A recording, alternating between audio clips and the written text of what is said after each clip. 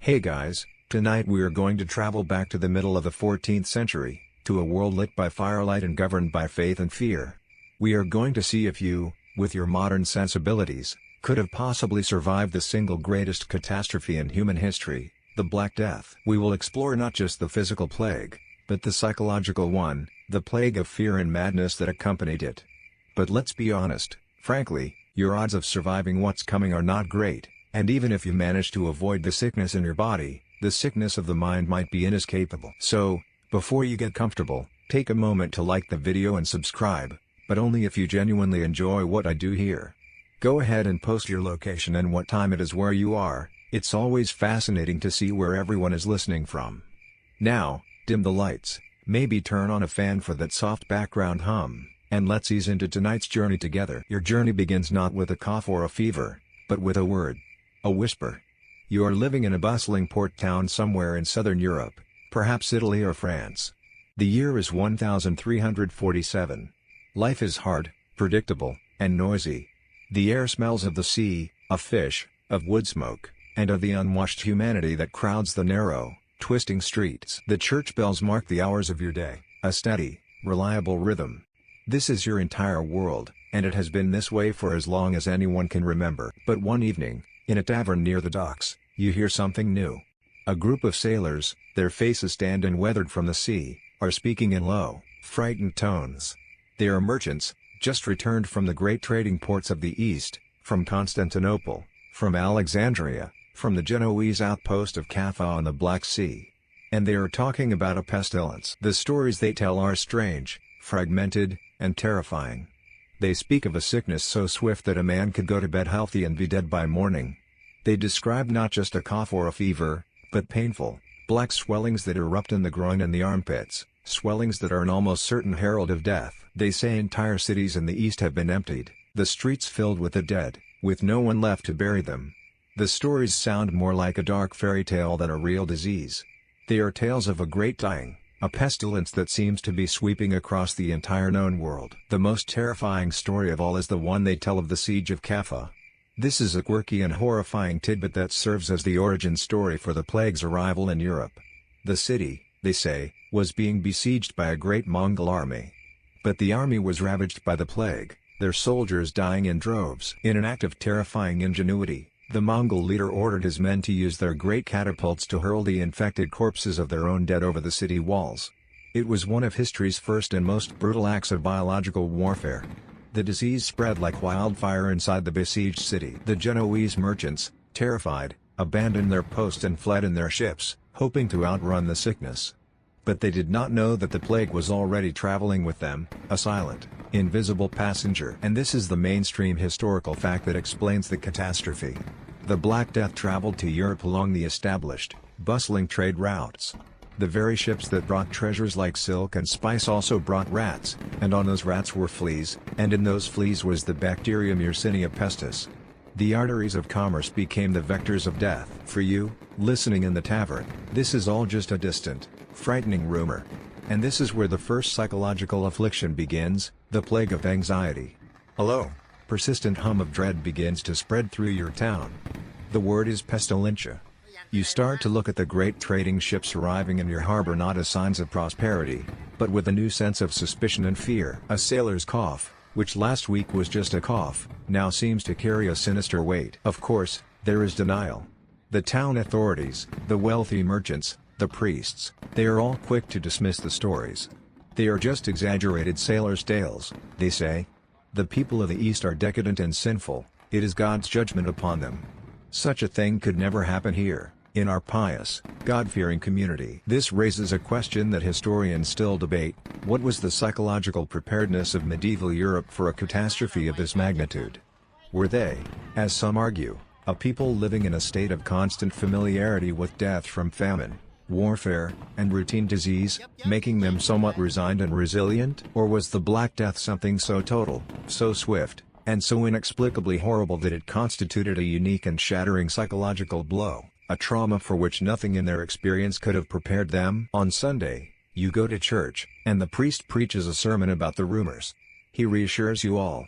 He says the pestilence is the arrow of God, a punishment for the sins of a distant, foreign people. As long as you pray, as long as you live a virtuous life, you will be spared. You leave the church feeling a little better, the fear pushed back by the familiar comfort of faith. But the rumors persist. Every new ship that arrives brings more stories, each one more frightening than the last. You hear that the great city of Constantinople has been devastated. You hear that Messina, in Sicily, is a ghost town. The pestilence is no longer a distant problem in the east. It is in the islands. It is on the mainland. It is moving north. It is moving towards you. You go about your daily life, but nothing is quite the same. The world feels fragile now, the steady rhythm of the church bells sounding less like a comfort and more like the slow, steady ticking of a clock. You look at your family, your neighbors, your friends, and a dark thought, unbidden, enters your mind: how many of us will still be here in a year? The physical plague has not yet arrived in your town, but the plague of fear, the sickness of the mind, has already taken root. The waiting is over. The rumors have solidified into a terrifying reality. A messenger, his face pale with fear, has galloped into your town with the news: the great pestilence has arrived in the next town over, just a day's ride away. The vague, creeping anxiety that had been haunting your community for months now crystallizes into sharp, focused terror. The enemy is at the gates, and the single, frantic question on everyone's lips is: how does it spread, and how do we protect ourselves? In a world without microscopes, the concept of germs or bacteria was completely unknown. The answer provided by the most learned physicians of your time, an idea inherited from the ancient Greeks, was both elegant and profoundly wrong. This brings us to the mainstream historical fact that governed almost every response to the plague: miasma theory. It was believed that the disease was spread by a miasma, a pocket of corrupt, poisonous, and foul-smelling air. This bad air, they theorized, could rise from decaying organic matter, from stagnant swamps, from fissures in the earth caused by earthquakes, or could even be generated by an unfortunate alignment of the planets that corrupted the very atmosphere you breathed. The Black Death was understood to be a particularly virulent and deadly miasma, sweeping across the land like an invisible, pestilential fog. If the plague is a deadly smell, then the logical defense against it is a pleasant one. And so, your first survival strategy is to engage in a form of aromatic warfare. You must build a fortress of fragrant, wholesome air around yourself at all times. This belief dictated the entire public and private health response to the coming catastrophe. Your first step is to arm yourself with a personal air purifier. If you are wealthy, you would visit an apothecary to purchase a pomander. This is a small, ornate ball made of silver or gold, perforated with little holes, which you would fill with a ball of expensive, aromatic substances. This might be a paste made of ambergris, a waxy substance from the intestines of a sperm whale, mixed with musk, cloves, nutmeg, and other precious spices from the east. You would carry this pomander on a chain, and whenever you had to walk through the streets, you would hold it to your nose, breathing only your own private, purified, and very expensive air. If you are a common person and cannot afford such a luxury, you adopt a simpler, more rustic approach.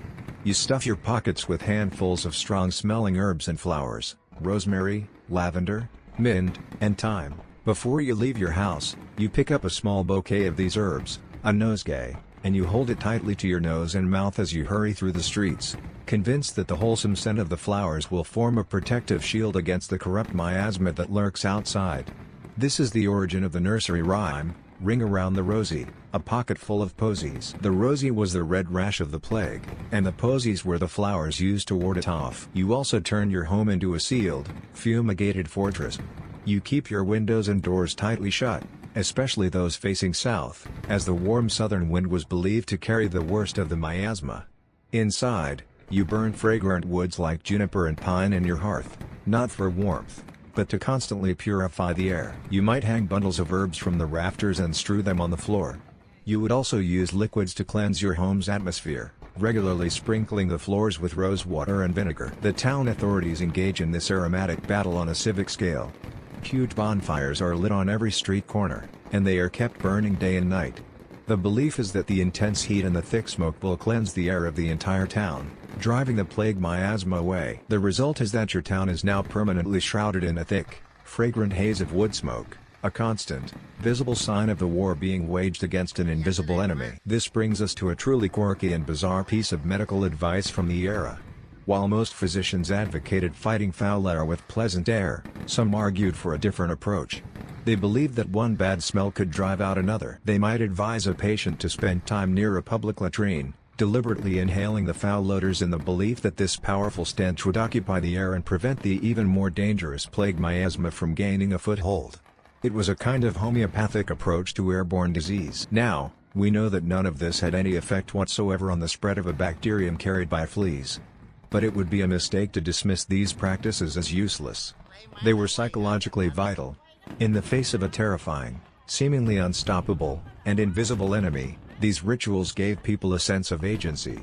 It was something to do.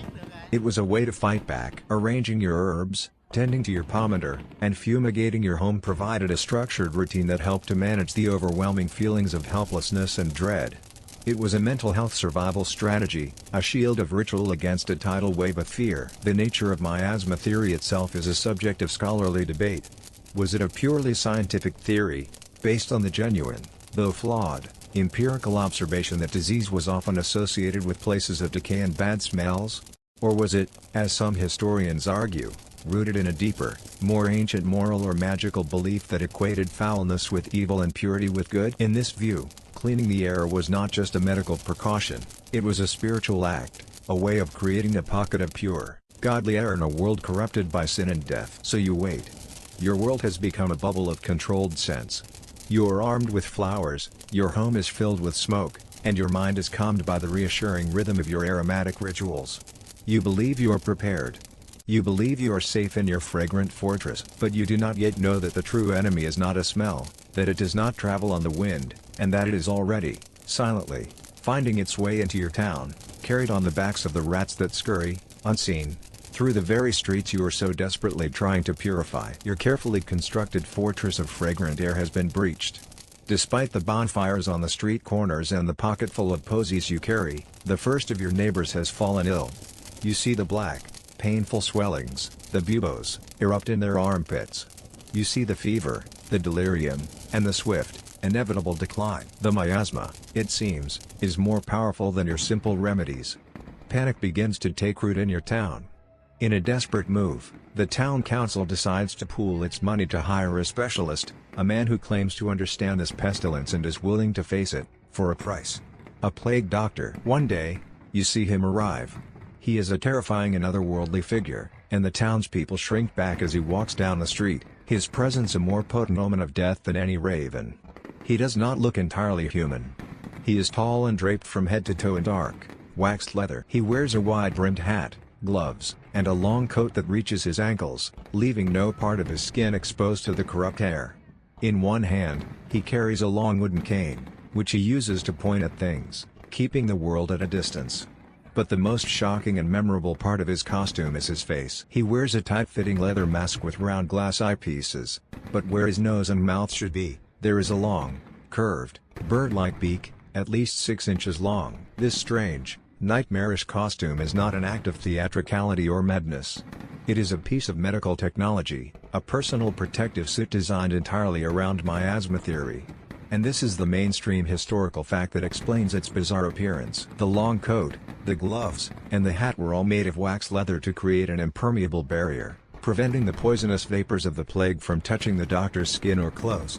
The glass eyepieces sealed his eyes away from the miasma. The cane was a tool for examining patients without having to make physical contact, used for lifting their blankets or pointing to the location of their buboes. And the beak, the most iconic element of all, was a primitive respirator.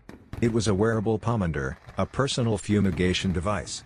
The hollow space inside the beak would be stuffed with a potent cocktail of aromatic herbs and substances, mint, cloves, camphor, rosemary, and sponges soaked in vinegar or laudanum. With every breath the doctor took, the air would be filtered through this fragrant concoction, supposedly purifying it of the plague miasma before it entered his lungs.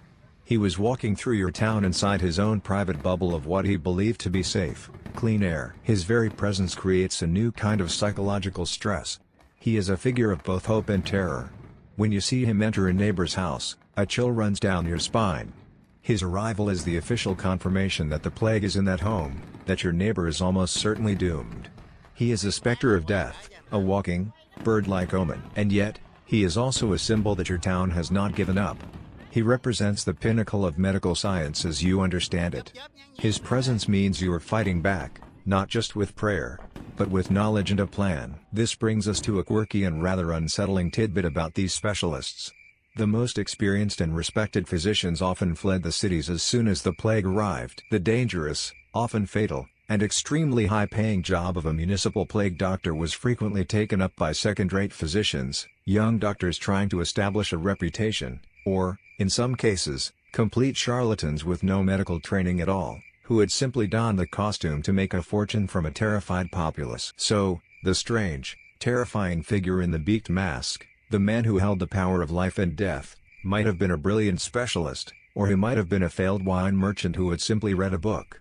You could never be sure. The iconic image of the plague doctor in his beaked mask is so powerful that it has become synonymous with the Black Death.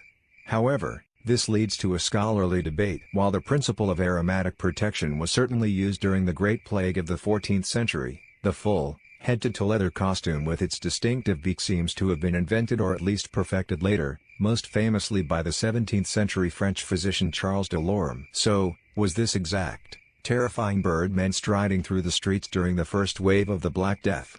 Or is our mental image a conflation, a blending of the horrors of the original plague with the iconic costume of a later outbreak? The historical record is, fittingly, a little murky. You are now sick with a fever, and you hear a knock on your door. The plague doctor enters your small, dark room. He doesn't touch you. He stands at a distance, his voice muffled and distorted by the mask. He gestures with his cane, asking where the pain is. You point to a swelling in your groin. He looks at you through his round glass eyes, his face completely unreadable, his expression hidden behind the strange, avian mask. In this moment, he is not a healer. He is a judge, a mysterious being from another world, who has come to pronounce your fate.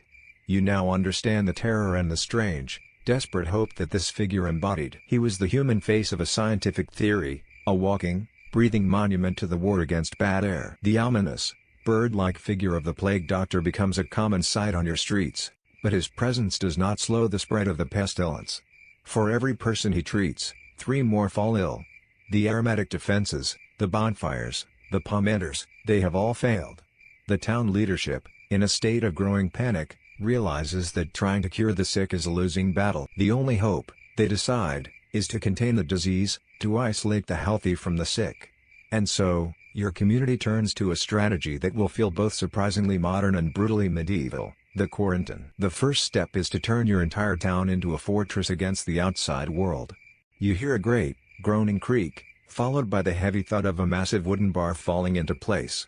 The town gates have been closed and sealed. Guards are posted. No one is allowed to enter, and no one is allowed to leave. Your bustling, connected town has suddenly become an island, cut off from the rest of the world, a sealed container left to deal with the sickness that is already raging within its walls. This idea of isolation as a public health strategy is where we get our modern word quarantine. This is a mainstream historical fact.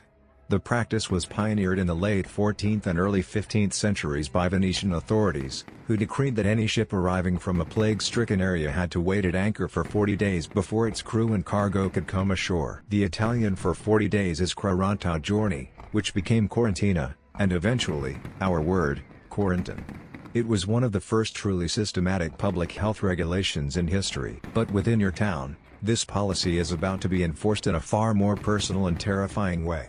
The containment strategy is not just about isolating the town, it is about isolating the sick within the town. And this is how it works. As soon as a single person in a household shows the first telltale signs of the plague, the fever, the delirium, the dreaded black bubo in the armpit or groin, the entire household is condemned. You watch from your window as the town guard, their faces covered with vinegar-soaked cloths, march down your street. They stop at your neighbor's house, where a woman has fallen ill. With grim efficiency, they take hammers and long iron nails and they board the door shut from the outside. They do the same to the windows. They are sealing the entire family inside, the sick and the healthy, the old and the young, all trapped together. Then, one of the guards takes a piece of chalk or a pot of red paint and draws a large cross on the door, a stark warning for all to stay away. Beneath it, he might write the words, "Lord, have mercy upon us." Now, imagine the scene from the inside. Your world, once your home and your sanctuary, has just become your tomb. You are trapped. The familiar sounds of the street, the chatter of neighbors, the cry of a merchant, the laughter of children, are now muffled and distant. a world you can no longer reach.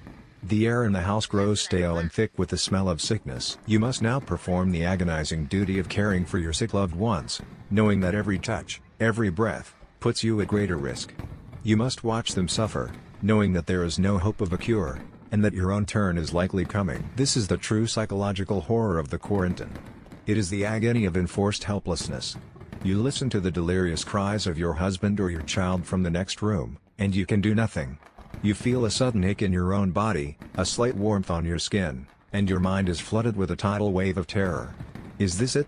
Is it starting? Every moment is a torment of fearful self-diagnosis. A quirky and grim tidbit of this system was the role of the watchman. The city would post a guard outside each sealed house. His job was twofold. First, he was a jailer, there to ensure that none of the desperate, healthy residents tried to break out and spread the contagion. But second, he was a lifeline, of a sort. Once a day, he might pass a small amount of bread and water through a slot in the door, just enough to keep the healthy alive for a little longer. His main job, however, was simply to watch, and to listen, until the day came when he heard nothing at all, a final, definitive silence from within the house. This entire strategy of sealing the sick in with the healthy leads to a stark scholarly debate. Historians and public health experts look back at this practice and question its effectiveness. Did this brutal policy of household quarantine actually slow the spread of a flea-borne bacterial disease? Or did it simply create dozens of small, concentrated death chambers throughout the city, ensuring that if one person in a family got sick, the entire family would be wiped out? Was it a logical, if ruthless, public health measure, or was it a futile and cruel policy born of sheer, unadulterated terror? For you, trapped inside, the debate is meaningless. All you know is the quiet, creeping dread. The days blur into a timeless, twilight existence. You ration the small amount of food the watchman provides. You stop trying to comfort your loved ones, they are beyond your reach now. You simply sit in a corner, listening to their breathing grow shallower, waiting for the silence. And when it comes, you are left alone in the dark, in a house full of the dead, counting the hours, waiting for the plague to claim the last victim, you.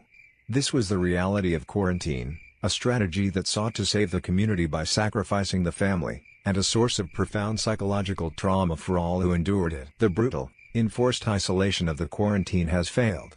The plague, respecting no lock or bolted door, continues its silent, inexorable march through your town. The remedies of the physicians and the public health measures of the town council have all proven to be useless. You are living in a world where all human authority has collapsed in the face of an incomprehensible catastrophe. And when earthly power fails, the human mind often turns, in desperation, to the heavens. A new, dark, and fervent religious movement begins to sweep across the land, born of this profound sense of powerlessness. One afternoon, you hear a strange sound in the distance, coming from the road that leads to your town. It is a sound unlike any you have heard before. It is a low, monotonous chanting, mixed with a strange, rhythmic, and wet-sounding crack. Crack. Crack. The townspeople begin to gather in the streets, their faces a mixture of fear and curiosity. A procession is approaching. They are the flagellants. They march into your town square in a disciplined column, 2 by 2. There are hundreds of them, men and women, though mostly men. They are dressed in simple, dark robes, their faces often obscured by deep hoods. Their feet are bare, and their backs are exposed, raw, and crisscrossed with bloody wounds. In their hands, they each carry a heavy leather scourge, a whip with multiple tails, often tipped with sharp pieces of iron or bone. They do not look at you or the other townspeople. Their eyes are fixed on the heavens, and their voices are joined in a single, mournful hymn about the suffering of Christ and the sinfulness of the world. This is the mainstream historical fact of the most extreme religious response to the Black Death. The flagellants were a movement based on a simple and terrifying belief, that the plague was a direct punishment from God, a biblical scourge sent to punish humanity for its wickedness. And if the plague was God's righteous anger, then the only way to appease him was through an act of extreme, public penance.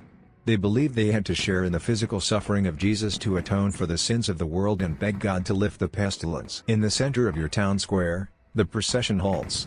They form a large circle, kneel on the hard cobblestones, and begin to pray. Then, their leader gives a signal. They rise, and the ritual begins. To the rhythm of their own chanting, they begin to whip themselves. The sound is sickening. The scourges rise and fall, landing with that horrible, wet crack upon their own shoulders and backs. They show no sign of pain, their faces ecstatic, lost in a trance of religious fervor. The ritual is highly organized. They might strike themselves a specific number of times, perhaps 33, for the years of Christ's life on earth. They might lie on the ground in the shape of a cross while others from the brotherhood whip them. For the onlookers, it is a spectacle of profound horror and mesmerizing power. This was not just a disorganized mob of fanatics. This brings us to a quirky tidbit about the movement. The Flagellants were a highly organized society with their own strict rules and even a founding document. They carried with them a charter, a letter which they claimed had been delivered by an angel and which outlined their holy mission. Their rules were strict. A member had to stay with the movement for 33.5 days. They were forbidden from bathing or shaving, and they were not allowed to speak to women without permission from the master. They were, in effect, a new, mobile, and radical religious order. The psychological appeal of the movement was immense. In a world where you felt completely powerless, waiting for an invisible death to strike you down, the Flagellants offered an alternative. They offered action. The act of self-harm was a way of seizing control of your own suffering, of transforming your passive victimhood into an active, holy sacrifice. For the townspeople watching, their arrival was a major event. Here were people who seemed to be saints, who were taking the sins of the world onto their own shoulders. Many were so inspired by the spectacle that they would abandon their own homes and join the bloody procession as it moved on to the next town. For the established church, however, the Flagellants were a growing problem, and this is a subject of ongoing scholarly debate. At first, many local priests tolerated or even admired the Flagellants' piety. But the movement grew increasingly radical. Their leaders began to preach without the church's permission, to claim they could absolve sins, and to question the authority of the Pope himself, who they claimed was powerless to stop the plague. Was the Flagellant movement, as some historians argue, a genuine grassroots expression of popular faith, a response to the Church's own failure to provide comfort and solutions? Or was it, as the Church came to believe, a dangerous, anti-clerical, and heretical sect that threatened the very foundations of Christian authority? In 1349, Pope Clement VI condemned the movement, and the tide turned against them. Once hailed as living saints, they were now hunted down as heretics. But for now, in your town square, they are at the height of their power. The ritual ends. Their leader, his back a bloody ruin, delivers a fiery sermon, calling for you and your neighbors to repent. Then, as one, they form their column again. And they march out of your town, their mournful chants and the crack of their whips slowly fading into the distance. They leave behind a town square stained with their blood, and a community shaken to its core. You have just witnessed a powerful and disturbing symptom of a world gone mad with grief and fear, a time when the only path to salvation seemed to be paved with self-inflicted pain. The bloody, rhythmic spectacle of the Flagellants has passed through your town, leaving behind a sense of awe and unease, but the plague remains. The prayers have not been answered. The penance has not been enough. God, it seems, is not listening. And when the remedies of science, government, and even extreme faith have failed, the terrified human mind often takes a dark and dangerous turn. If the cause of the suffering is not in the air, and it is not a punishment from God, then it must be the work of man. The collective anxiety and grief of your society begins to curdle into suspicion, and it seeks a tangible target for its rage. It seeks a scapegoat. The psychology is simple and powerful. An invisible, indiscriminate pestilence is a terrifying concept because it is an enemy you cannot fight. But an enemy with a human face, an enemy who lives just down the street, is a problem you can solve. If you can identify the people who are causing the plague, then you can stop them, and the plague will end. It is a comforting, if delusional, thought, because it restores a sense of agency and offers a clear course of action. And in the 14th century, there was one community that Europe had been conditioned, through centuries of prejudice, to blame: the Jews. This is a mainstream historical fact, and one of the most tragic chapters of the entire Black Death. Jewish communities across Europe became the primary targets of a continent-wide conspiracy theory. They were already outsiders, a religious minority living in a devoutly Christian society.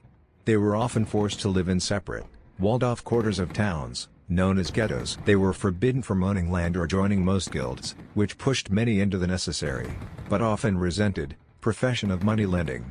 They were already the subject of centuries of hostile, religiously motivated myths and suspicion. They were, in short, the perfect vulnerable target. The central accusation that spread like wildfire from town to town was that the Jews were intentionally causing the plague by poisoning the wells and water sources of Christian communities.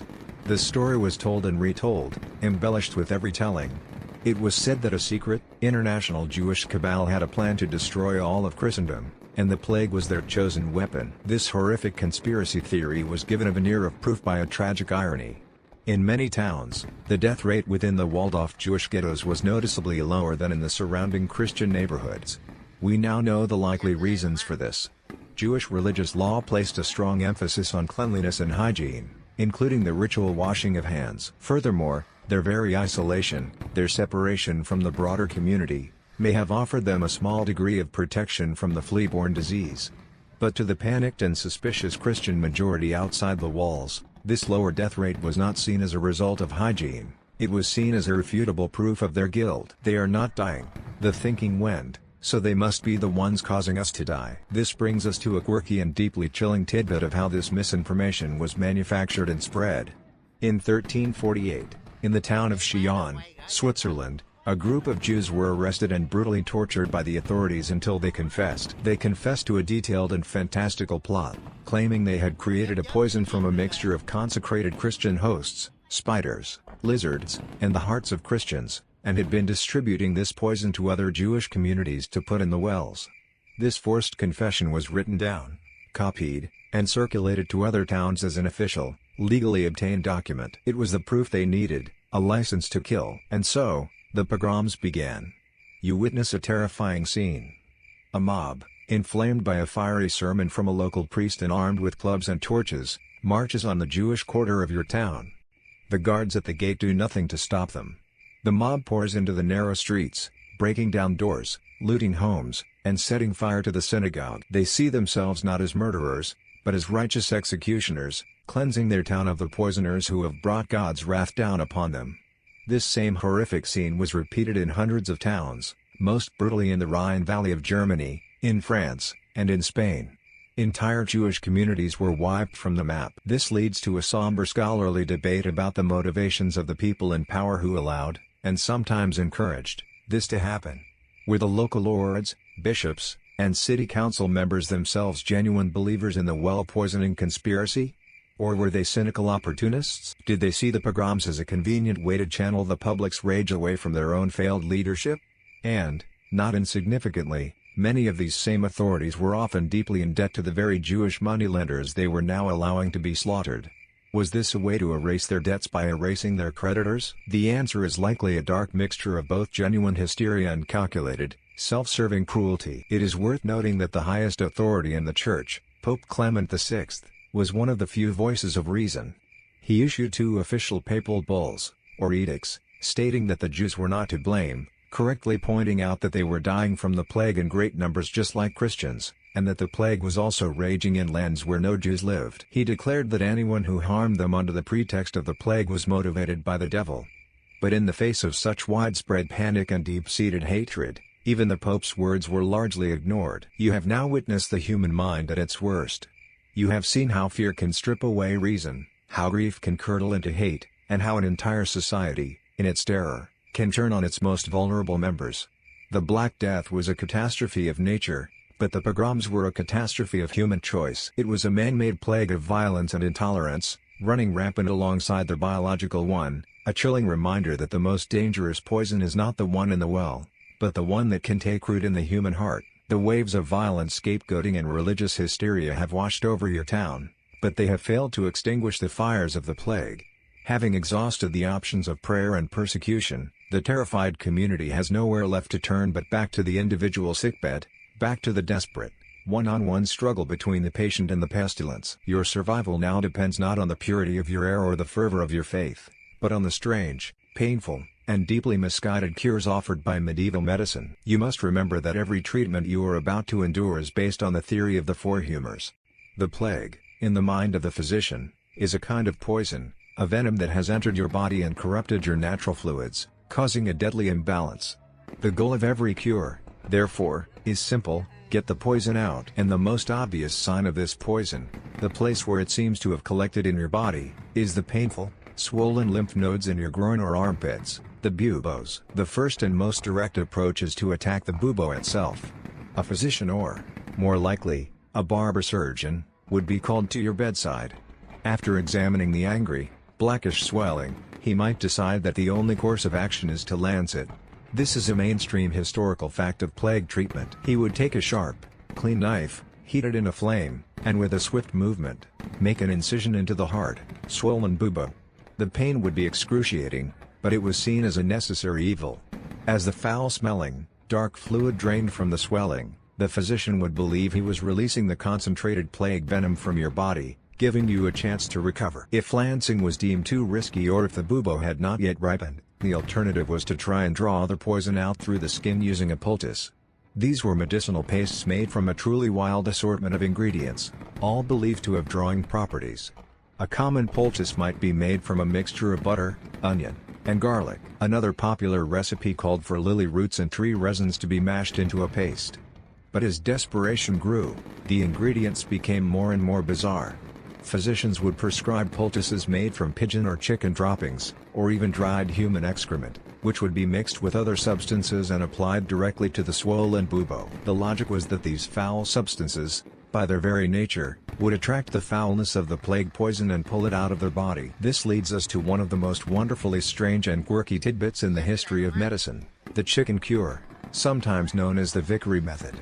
A respected physician might prescribe taking a live, healthy chicken and shaving the feathers from its backside. The chicken's bare rump would then be strapped directly against your swollen bubo. It was believed that the chicken, through some vital force, would absorb the pestilence from your body. If the chicken sickened and died, it was seen as a good sign, proof that it had successfully drawn out the venom. The dead chicken would be discarded, and a new, healthy chicken would be applied to continue the treatment. Beyond these local treatments for the buboes, the doctor would also try to rebalance your entire system. This meant a return to the classic medieval cure-all, bloodletting. Believing your blood was overheated and corrupted by the plague, the physician would open a vein in your arm, often on the opposite side of the body from where the bubo appeared, and drain a significant quantity of blood into a bowl, hoping to remove the corrupted humors and cool your fever. At the same time, they might try to purge the poison from your body through other means. You would be given powerful emetics made from herbs like hellebore to make you vomit violently, or strong laxatives to purge your bowels. The goal was a full-scale assault, an attempt to expel the poison from every possible exit of your body. This raises a grim scholarly debate for medical historians. While we know these cures were based on a completely flawed understanding of the disease, is it possible that any of them, purely by accident, ever helped a patient? Could the lancing of a bubo, for example, have occasionally prevented a localized staph infection from turning into deadly, body-wide sepsis? Or were these interventions almost universally harmful? Did bleeding, purging, and applying dung-based poultices to open wounds simply weaken a patient's already struggling immune system, essentially finishing the job that the plague had started? The consensus is that these cures were far more likely to harm than to help. Imagine yourself now, lying on your straw mattress, burning with fever. You have been bled, you have been purged, and you have had a strange, foul-smelling paste applied to the agonizing swellings on your body. Every part of the treatment is painful, terrifying, and undignified.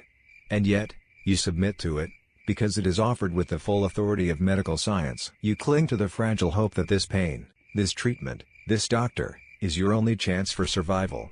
It is a testament to the sheer terror of the plague, a terror that made even the most desperate and bizarre of cures seem like a rational choice. You have survived the desperate and painful cures of the physicians. But as you look out your window, you see the death carts rolling down the street day after day, piled high with the bodies of your neighbors. Death is no longer a private family tragedy, an expected part of the natural order of things. It has become a constant, overwhelming, and universal presence. It is the air you breathe, the sound you hear in the tolling of the church bells, the unspoken fear in everyone's eyes. When a society is confronted with mortality on this scale, it doesn't just change its medicine or its public health policies, it changes its mind. It changes how it sees the world, and this new, morbid vision begins to appear everywhere, most vividly in the art of the time. Before the plague, the rigid social hierarchy was everything. You were a peasant, or a merchant, or a knight, or a bishop, or a king. Everyone knew their place. But the plague was a terrifying equalizer. It did not care about your wealth, your piety, or your noble blood.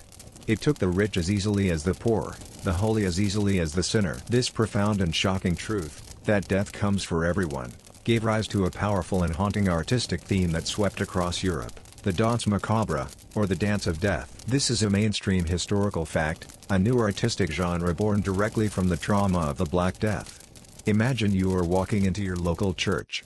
The walls, which were once painted with scenes from the lives of the saints, now have a new, sprawling fresco. It is a long procession, a strange and terrible dance. On one end, you see the living. There is the Pope in his triple crown, the Emperor with his orb and scepter, a cardinal in his red robes, a king, a knight in his armor, a wealthy merchant clutching his money bag, a beautiful young lady admiring herself in a mirror, a humble farmer with his scythe, and a small child holding a toy. It is the entire spectrum of your society, from the highest to the lowest, but they are not alone. Paired with each living figure is a new partner, a bare, grinning skeleton. Death. The skeletons are not grim or static. They are animated, joyful, almost playful. A skeleton gleefully places its own bony crown on the head of the Pope. Another, dressed in a fool's motley, mockingly leads the king by the hand. Another strums a lute as it dances with a beautiful lady. They are pulling, leading, and dancing their unwilling partners away in a long, macabre conga line that leads directly to an open grave. The message is simple, powerful, and inescapable. It doesn't matter who you are in life, you will all dance with death in the end. What was the psychological purpose of this morbid new art form? In one sense, it was a coping mechanism. The sheer, random, impersonal nature of the plague was terrifying. By personifying death, by giving it a familiar, skeletal form and a personality, albeit a grimly playful one, it became something that could be pictured, comprehended, and, in a strange way, normalized. It was a way for a traumatized society to process what was happening to it. It was also a powerful memento mori, a reminder that you must die. In a world where life was so fragile and could be snatched away at any moment, this art was a stark warning against the vanity of earthly pursuits. What good is your gold? It asks the merchant. What good is your beauty? It asks the lady.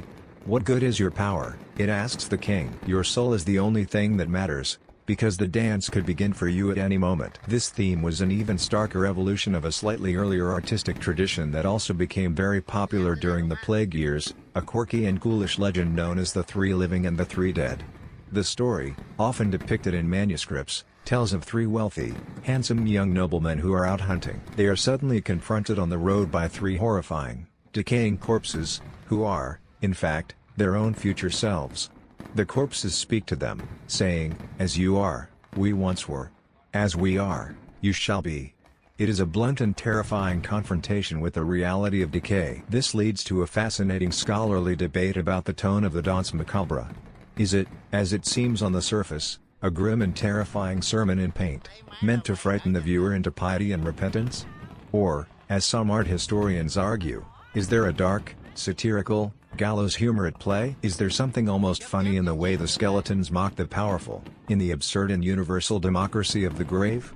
Perhaps it is both, a complex mixture of terror and cynical laughter, the only two rational responses to a world gone mad. You stand in a church, looking at this long, painted line of dancers. You see your own place in that line. You are the farmer, or the merchant, or the craftsman. You understand now that the world has fundamentally changed. The old certainties are gone.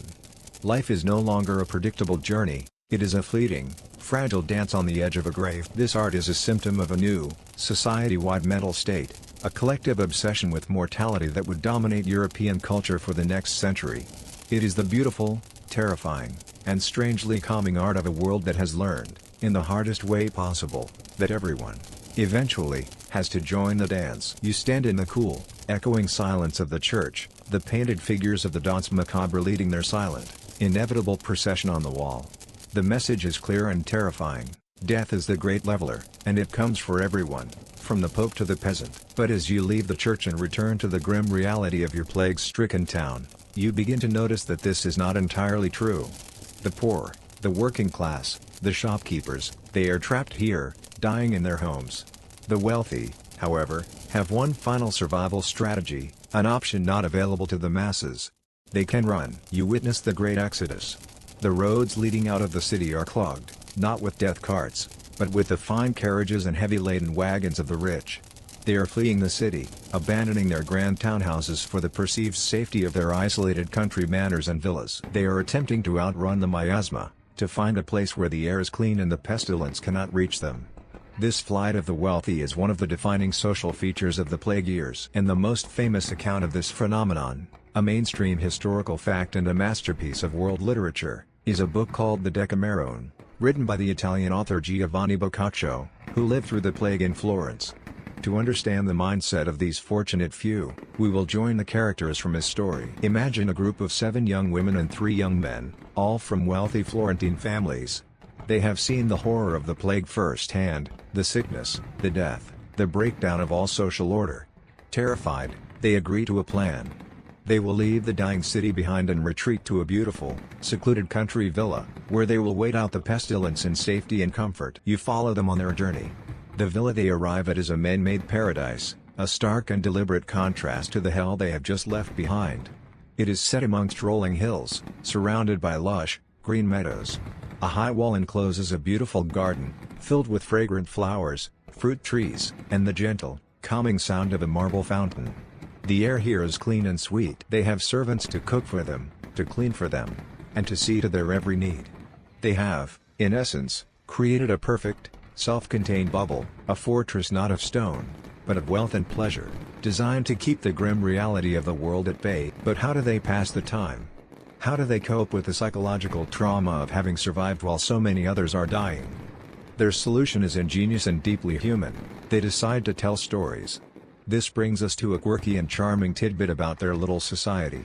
To maintain a sense of order and civility, they devise a game. Each day, one member of the group is elected king or queen for the day. This person gets to decide the day's activities and, most importantly, the theme for that day's storytelling. Then, for a few hours each afternoon, they gather together in a beautiful, shady spot in the garden, and each of the 10 companions tells a story based on the chosen theme: tales of love, of fortune, of clever tricks, and of human folly. This storytelling becomes their medicine. It is their way of processing the trauma and reaffirming their own humanity. They are using the power of art and narrative to create order in their own minds while the world outside has descended into chaos. They are keeping the darkness at bay with a structured routine of feasting, singing, dancing, and, above all, storytelling. This leads to a profound scholarly debate that surrounds the Decameron to this day. What is the true message of this work? Is it, as some have argued, a rather callous and frivolous story about a group of privileged young people who selfishly abandon their civic duties and distract themselves with silly stories while their city perishes? Or is it, as others contend, a deeply humanistic and life-affirming statement about the resilience of the human spirit? A story that shows how, in the face of overwhelming death, the only rational response is to cling to the things that make life worth living: beauty, community, art, and the simple, profound pleasure of the well-told tale. You watch them, this small band of survivors, seated in a circle on the soft grass. They are laughing at a particularly witty story. In this moment, they seem to have forgotten the horrors they fled. But the psychological reality is more complex. There is an undercurrent of carpe diem, of seize the day. The awareness of death's proximity has not necessarily made them more pious, it has made them more appreciative of the pleasures of life. The stories they tell are often bawdy, irreverent, and poke fun at the very authorities, the church, the nobility, that have proven so powerless against the plague. There is a sense of freedom here, a feeling that if the old world is dying, then its old rules no longer apply. This is the survival strategy of the fortunate few. It is not an aromatic defense, a painful medical cure, or a bloody act of penance. It is a retreat into a carefully constructed fantasy world. It is the belief that if you can surround yourself with enough beauty, enough pleasure, and enough art, you can build a wall high enough to keep death out. For a little while, at least, you leave the idyllic, story-filled garden of the wealthy survivors and return to the world. The year is now 1351. The great wave of pestilence has, for the most part, passed. The miasma has dissipated, the plague doctors have moved on, and the death carts no longer make their grim, daily rounds. But the world you have returned to is not the same one you left. It is a world that is quieter, emptier, and haunted by what it has just endured. Surviving the plague, you are about to discover, was only the first challenge. The next was learning to live in the strange new world it left behind. The first and most profound change is demographic. This is a mainstream historical fact that is almost impossible to comprehend. In the space of just a few years, the Black Death wiped out between 1/3 and 1/2 of the entire population of Europe. Imagine walking through your town and seeing that every other house is empty, its family gone. Imagine looking out at the countryside and seeing vast fields, once cultivated, now growing wild because there is no one left to farm them. The psychological impact of living in this new, emptier world was immense. A deep, collective trauma and a survivor's guilt settled over the land. But this massive loss of life also triggered a completely unexpected social and economic revolution. For centuries, the life of a peasant had been one of serfdom and struggle. There was a huge surplus of labor, which meant landowners could pay pitifully low wages and demand absolute obedience. But now, with up to half the workforce gone, the tables had suddenly turned. There was a severe labor shortage, and for the first time in centuries, the common laborer had power. If a lord refused to pay a decent wage, a peasant could simply pack up his few belongings and walk to the next manor, where the neighboring lord, desperate for workers to bring in his harvest, would almost certainly offer him a better deal. Wages for farm laborers and craftsmen skyrocketed. The old bonds of feudalism began to fray and break. This newfound economic power for the peasantry is one of the most significant long-term consequences of the plague. The plague also created a profound crisis of faith. The institutional church had proven utterly powerless to stop the pestilence. Its prayers, its processions, its promises, none of them had worked. The clergy itself had been devastated, with thousands of priests and monks dying alongside their parishioners. For many survivors, this shattered their unquestioning faith in the church as an institution. Some turned away from faith altogether, embracing a cynical, hedonistic lifestyle, convinced that God was either absent or unjust. Others turned inward, seeking a more personal and mystical relationship with God, one that didn't rely on the formal hierarchy of the church. The psychological scars on the survivors were deep and long-lasting. The morbid obsession with death that you saw in the Danse Macabre did not simply vanish when the plague receded. It became a permanent feature of the late medieval mind. And this new focus on mortality leads to a quirky tidbit found in the legal documents of the time. People began to write their last will and testaments with a new urgency. Wills became more personal, more focused on the state of one's soul, and often included massive donations to churches or charities, a kind of spiritual fire insurance taken out by a generation that was acutely aware of how quickly their lives could be extinguished. This brings us to the final, great scholarly debate about this era. To what extent was the Black Death the primary cause for the massive changes that followed? Was it the great historical engine that killed the Middle Ages and paved the way for the new world of the Renaissance? Or, as other historians argue, did it simply act as a great accelerator, speeding up social and economic changes, like the decline of feudalism, that were already underway?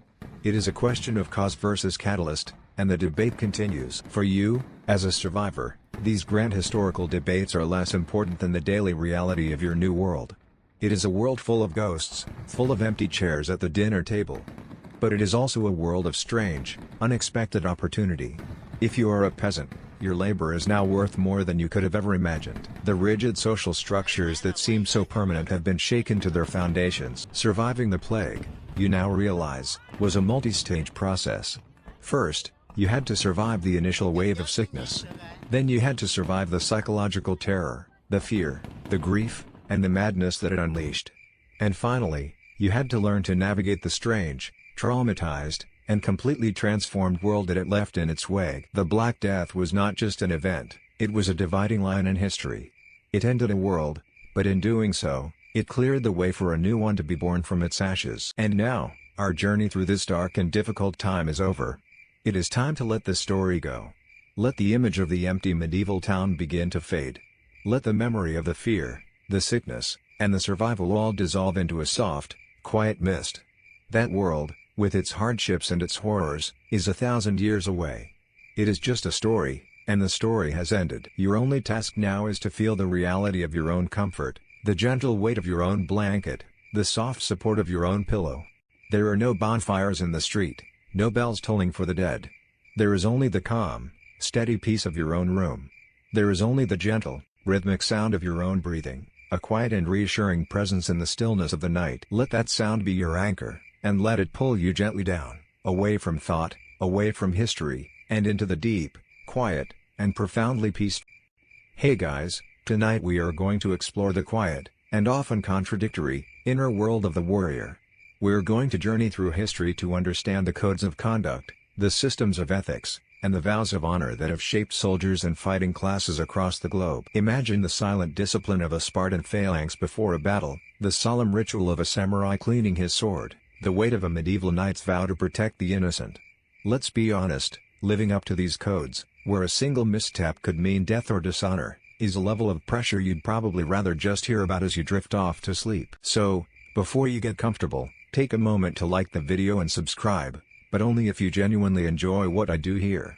It's a small click for you, but it makes a huge difference for the channel. And feel free to post your location and local time in the comments. It's always amazing to see where everyone is listening from as we start this journey. Now, dim the lights, maybe turn on a fan for that soft background hum, and let's ease into tonight's journey together. You find yourself standing on a dusty plain under a hot, Mediterranean sun. Before you is a line of men, standing so still they might be statues. They are warriors, their bodies honed by a lifetime of training, their bronze helmets gleaming, their long spears held perfectly vertical. They are the hoplites of ancient Sparta, and they are preparing for battle. But there is no shouting, no boasting, no wild, aggressive posturing. There is only a deep, collective, and unnerving silence. This silence is the first clue, the first hint of the powerful, unseen force that governs their every action. This is a warrior code made manifest. It seems like a paradox, doesn't it? The act of warfare is, by its very nature, about chaos, violence, and destruction. Why, then, have so many different cultures, across so many different centuries, felt the need to create elaborate rules, ethical systems, and codes of honor to regulate it? Why place rules on the most lawless of all human activities? The answer is as complex as it is fascinating. A warrior code serves many functions. First, and perhaps most importantly, it creates a sense of identity and group cohesion. It turns a simple group of armed men into a brotherhood. A shared code of conduct builds trust, ensuring that the warrior standing next to you in the shield wall will not break and run, because he is bound by the same vows of courage and loyalty as you are. His honor and your survival are intrinsically linked. Second, a code can, paradoxically, work to control and limit violence. It defines who is a legitimate target, an enemy warrior, and who is not. It sets the rules of engagement, of surrender, and of the treatment of prisoners. It channels the immense aggression of the trained warrior, giving it a framework and a purpose, preventing it from spilling over into pure, indiscriminate slaughter. And finally, a warrior code gives meaning, not just to the warrior's life, but more importantly, to their death. In a profession where death is a constant possibility, the code provides a path to a good death. To die bravely, to die honorably, to die while upholding the code, is to transform a simple, biological end into a transcendent act of sacrifice and glory. It ensures that the warrior will be remembered not as a casualty, but as a hero. You look again at the line of Spartans. Their discipline is legendary, a product of the agoge, the brutal, lifelong training system that we will explore later. But for now, you notice one thing in particular: their shields. The Spartan shield, or aspis, was a large, heavy, concave disc of wood and bronze. It was the single most important piece of their equipment, and the symbol of their entire code. You recall the famous saying of Spartan mothers to their sons as they went off to war: "Return with your shield, or on it." The meaning is simple and profound. To come home with your shield meant you had been victorious. To be carried home upon your shield meant you had died honorably in the line, your body recovered by your comrades. But to come home without your shield meant only one thing: that you had dropped its heavy weight in order to flee the battle more easily. And this was the ultimate act of disgrace. Why? Because a Spartan's shield did not just protect him. In the tight formation of the phalanx, the left half of your shield protected your own body, while the right half protected the unshielded left side of the man standing next to you. To drop your shield was to save yourself at the expense of your brother in arms. It was a selfish act that broke the integrity of the shield wall and endangered everyone. It was a betrayal of the code. You see them performing a strange, quiet ritual.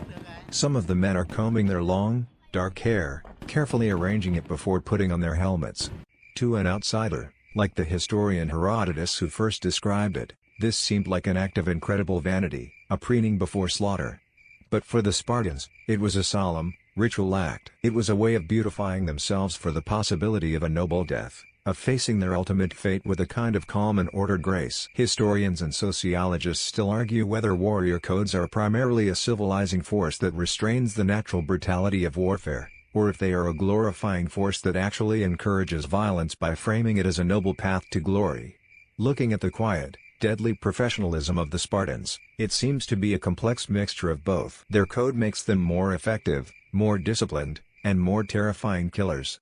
But it also binds them together, gives their lives a singular purpose, and provides them with a clear path to an honorable end. The silent, disciplined line of bronze and red begins to move forward, their steps perfectly in time, a single, living, killing machine. The image of their quiet resolve, their shared commitment to a code stricter than any law, will be our starting point. We have seen one powerful example of how a set of rules can shape a warrior class. Now, our journey will take us to other lands, other times, and other cultures, to see the many different and fascinating ways that societies all over the world have grappled with the same fundamental question: how does one live, fight, and die, with honor? The image of the disciplined, silent Spartans, marching as one unified body, fades into the dust of ancient Greece. Our journey continues, leaping across centuries and continents, carried on a different wind. The hot, dry air of the Mediterranean is replaced by a cool, humid breeze that smells of damp earth, pine forests, and the faint, sweet scent of cherry blossoms. You find yourself on a narrow path winding through a landscape of sculpted rice paddies and misty mountains. In the distance, overlooking a small village of wooden houses, stands a formidable castle, its distinctive curved roofs rising in elegant tiers. You have arrived in feudal Japan, during the age of the samurai. A lone figure walks the path towards you. His posture is erect, his movements economical and precise. He wears the iconic armor of his class, a complex suit made not of steel plate, but of small, lacquered plates of leather and iron, intricately laced together with colorful silk cords.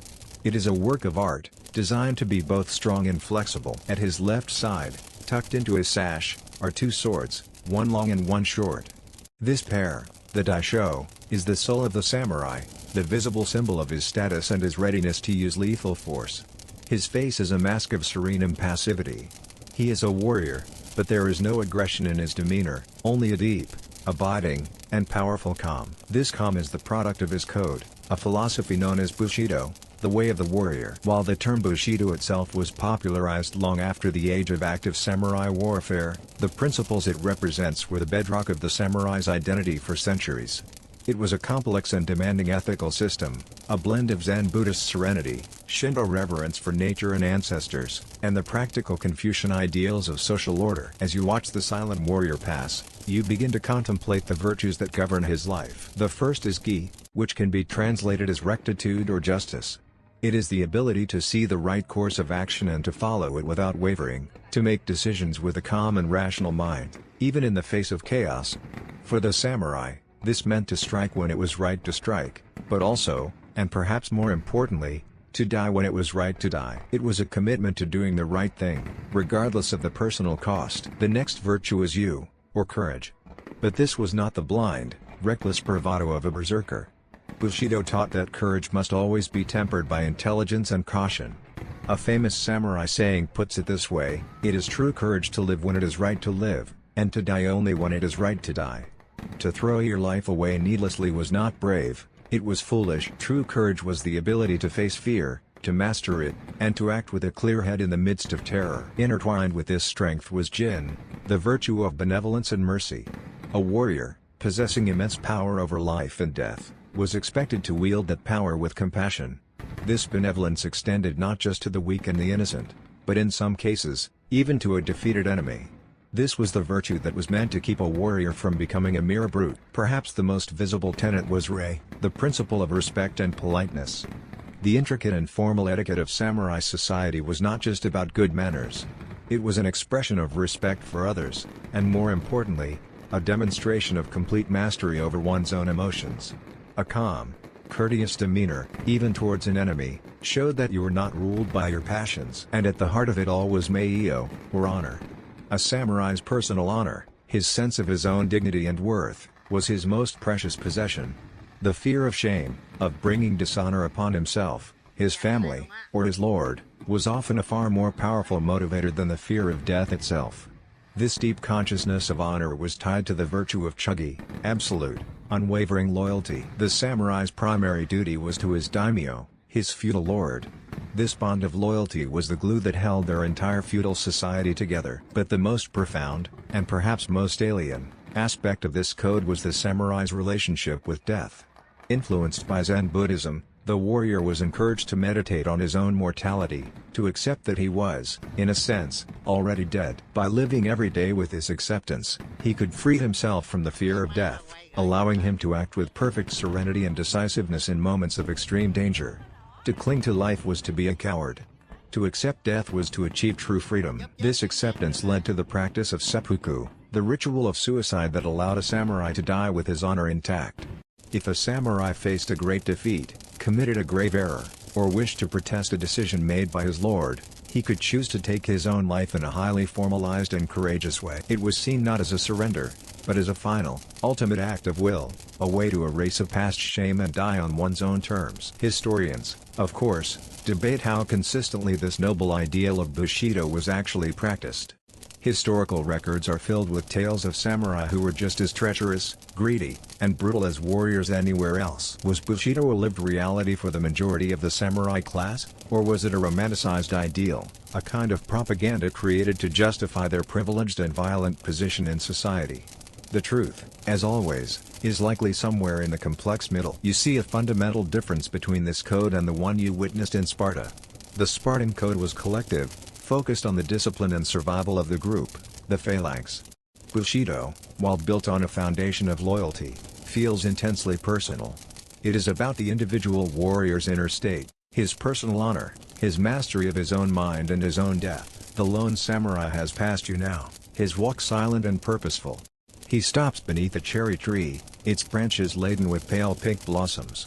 He looks up at them, and you know he is seeing a powerful symbol of his own existence. The cherry blossom is beautiful, it is noble, but its life is incredibly short, and it falls from the branch with a graceful, uncomplaining acceptance. You have just been introduced to a warrior code that is also a complete philosophy for both living and dying, a way of finding serenity in the very heart of a violent world. The image of the lone samurai, serene beneath the falling cherry blossoms, dissolves like a dream. We let the gentle sounds of his world fade and we travel once more, back across the globe and back through the centuries. The air grows cooler, damper, smelling of wet earth and green, rolling hills. You find yourself in the heartland of medieval Europe, perhaps in the verdant fields of France or England, sometime in the 12th century. A great stone castle dominates the nearby horizon, its banners fluttering in the breeze. This is the age of the knight, the age of chivalry. A figure on a powerful warhorse thunders past you. He is a vision of iron and strength. Unlike the samurai in his flexible lacquer and silk, this warrior is encased in a suit of mail, a dense, heavy mesh of thousands of interlocking iron rings. Over it, he wears a linen surcoat bearing his coat of arms. His head is protected by a heavy steel helmet, and in his hand, he carries a long, thick lance tipped with a deadly iron point. At his side hangs a heavy, broad-bladed sword, and on his arm is a large, kite-shaped shield. He is not a nimble warrior. He is a human fortress, a shock trooper whose primary purpose is to charge and shatter an enemy line. And this formidable creature of war is governed by one of the most famous, and most contradictory, codes in history, the Code of Chivalry. The word itself, chevalerie, comes from the Old French for horsemanship, and in its earliest form, the code was simply a practical set of rules for these elite, mounted warriors. It was about being a skilled and brave fighter, or prowess, and being loyal to the feudal lord who had granted you your land and your horse. But over time, influenced by the church and the culture of the royal courts, it blossomed into something far more complex and aspirational. You can think of the mature code of chivalry as having three main pillars, three distinct areas where a knight swore his duty. The first was his duty to his lord. This was the practical, military core of his existence. He was a vassal, and in exchange for his fief, his grant of land, he owed his lord a set number of days of military service each year. In battle, he was expected to fight with courage and to be unswervingly loyal, protecting his lord's life with his own. The second pillar was his duty to God. The medieval church, horrified by the constant, brutal warfare waged by the knightly class, made a concerted effort to tame these violent men. It instituted movements like the Peace and Truce of God, which attempted to forbid fighting on holy days, like Sundays and Lent. and forbade attacks on non-combatants like priests, women, and peasants. The church tried to rebrand the knight, to turn him from a simple feudal thug into a soldier of Christ, a warrior who would use his great strength not for personal gain, but in the service of justice and the protection of the faithful. But it is the third pillar of chivalry that is the most famous, the most romantic, and the most strange to our modern minds. This was the knight's duty to the ladies, and it gave rise to the elaborate and fascinating culture of courtly love. In the courts of southern France, poets and troubadours began to celebrate a new kind of romantic ideal. A knight would choose a noble lady, who was often the wife of his own lord, and pledge himself to her as her devoted, humble servant. He would wear her colors in tournaments, he would fight battles in her name, and he would write her poetry, praising her beauty and virtue. This love was typically a deeply emotional but unconsummated affair. It was a spiritual and romantic devotion that was meant to ennoble the knight, to inspire him to be a better man, to tame his rough, warlike nature by focusing it on the service of a beautiful and unattainable woman. These ideals, prowess in battle, loyalty to his lord, service to God, and devotion to his lady, formed the beautiful and glittering tapestry of chivalry. The tournament field was where this tapestry was put on public display. Here, in a controlled and festive environment, knights could demonstrate their skills in the joust, winning honor, fame, and sometimes great riches by defeating their opponents and claiming their horses and armor as ransom. It was a combination of brutal sport, military training, and high social drama. But there is a deep and troubling question that hangs over all of this. Historians have long debated the reality of chivalry. Was it a genuine ethical system that truly guided the behavior of medieval knights, or was it, as one historian famously put it, little more than lipstick on a gorilla, a beautiful, romantic veneer that served only to hide and justify the brutal violence of a parasitic warrior elite? The contradictions are stark. A knight like William Marshall, famously called the greatest knight that ever lived, could be the epitome of chivalric loyalty and prowess, yet he fought in bloody battles and tournaments with skill and ferocity. A knight could write a tender poem to his lady in the morning and lead a brutal sack of a peasant village in the afternoon, seeing no contradiction between the two acts. The code of chivalry, in practice, often applied only to interactions between members of the noble class. The vow to protect the weak often did not extend to the knight's own peasants, whom he could exploit without a second thought. Comparing this code to the bushido of the samurai, you see a profound difference. Bushido was an intensely personal, inward-looking philosophy, focused on self-mastery, serenity, and an acceptance of death. Chivalry was a more public, outward-facing performance. It was about displaying your prowess in the tournament, demonstrating your piety through pilgrimage or crusading, and declaring your elaborate, poetic love for a noble woman. The samurai ideal was to have a calm heart. The knightly ideal was to perform great deeds. You watch the knight on his great horse as he rides towards the distant castle, his banner snapping in the wind, his armor gleaming in the sun. He is a magnificent and romantic figure, the hero of 1,000 tales. But you now understand the complex and often troubling reality that lies beneath the polished steel. The code of chivalry was a noble dream, a beautiful attempt to impose a framework of mercy, piety, and grace upon the violent heart of the medieval warrior.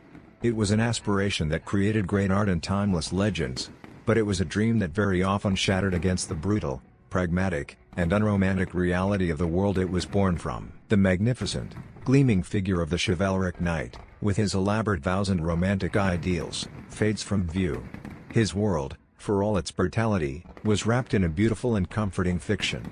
We leave this world of poetry and paradox and travel back once more to the hot, dusty plains of ancient Greece. We are returning to Sparta, but this time, we are not here to witness the warrior in his moment of glory before a battle. We are here to see how that warrior was made. We are here to witness the forging of a human weapon, through a lifelong system of training and indoctrination known as the agoge. You find yourself not on a battlefield, but in the city-state of Lacedaemon, what we call Sparta. But it does not look like a great city. The ancient historian Thucydides noted that if Sparta were ever abandoned, future generations would have a hard time believing how powerful it had been. There is no great acropolis like in Athens, no magnificent marble temples, no grand theaters. The city is austere, functional, and unadorned, more like a collection of villages than a capital. The Spartans famously boasted that their city's walls were not made of stone, but of the chests of their men. And the agoge was the furnace where those chests, and the hearts within them, were forged into something harder than stone. To understand this brutal system, you must first understand the single, all-consuming fear that drove Spartan society. The Spartans themselves, the full citizens known as the Spartiates, were a tiny minority. They were a small ruling class living on top of a vast, subjugated population of state-owned slaves known as the Helots. The Helots, tied to the land they worked, outnumbered their Spartan masters by as much as 10 to 1.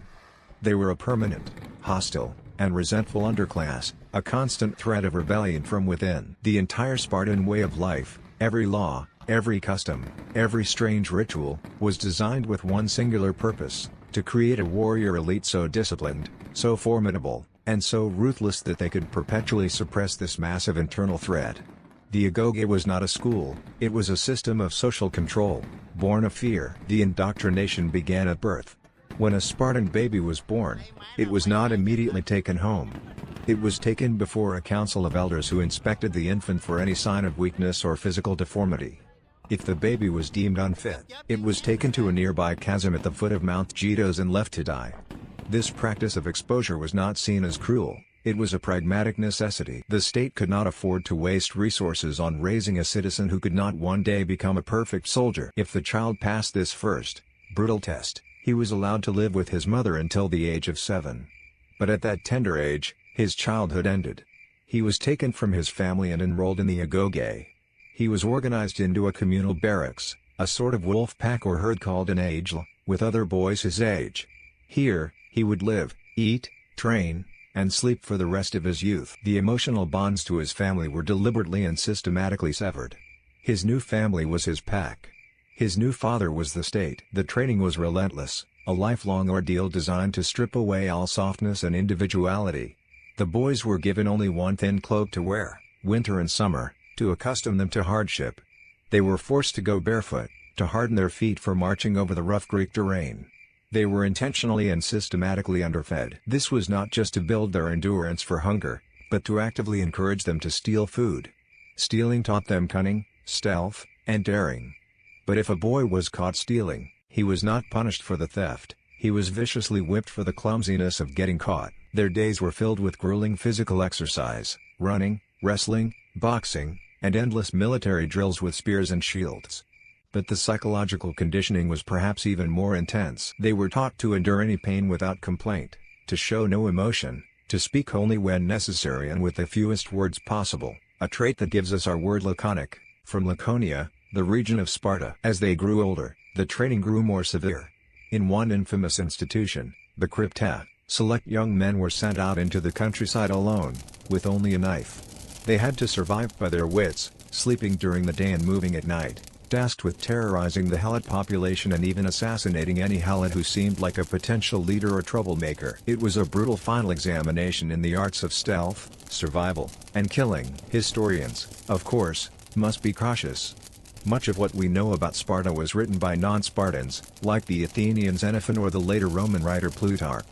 There is a fierce debate about this Spartan mirage. Were these writers giving us a factual account of Spartan life, or were they creating a heavily idealized and sometimes exaggerated portrait of a perfect warrior society to critique the perceived softness of their own cultures? The system also shaped Spartan women, who, while not fighters, were essential to the code. They underwent their own public education and physical training, all with the goal of producing strong, healthy sons for the state. They were famously stoic, expected to show no grief if a son died honorably in battle. They were the guardians of the code at home, the ones who would tell their sons to return with your shield, or on it. The end product of this relentless, 23-year-long process was the warrior you saw in the first chapter. A man who was a perfect physical specimen, who felt no pain, who had no fear of death, and whose loyalty to the state and to the man next to him and the phalanx was absolute. He was a human cog, forged for the singular purpose of fitting into the great Spartan war machine. You see now how this code differs from the others we have witnessed. Bushido was a personal, philosophical quest for serenity.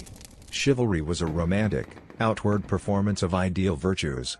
The Spartan code was neither of these things. It was a brutally pragmatic, purely state-focused system. There was no poetry, no complex inner life, no mercy. There was only the state. There was only the shield wall. You watch as a 7-year-old boy, his face a small, Stoic mask, turns away from his mother for the last time and walks towards the dark entrance of the barracks. The warrior is not born.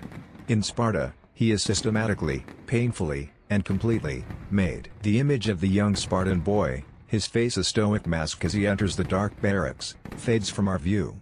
We leave behind the rigid, state-controlled world of ancient Greece, a society where the individual was subsumed entirely by the needs of the collective. Our journey now takes us to a place where honor is just as important, but where the code is not written by the state, but is carried in the hearts of the people themselves.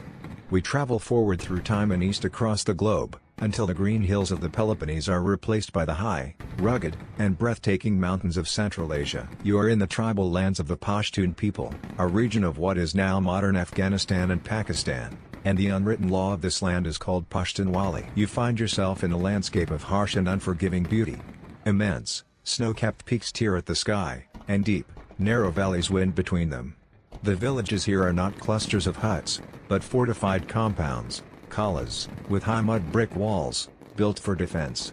This is a land that has resisted conquerors for millennia, from Alexander the Great to the great empires of the modern age. Its geography has bred a people who are fiercely independent, resilient, and deeply loyal to their own kin.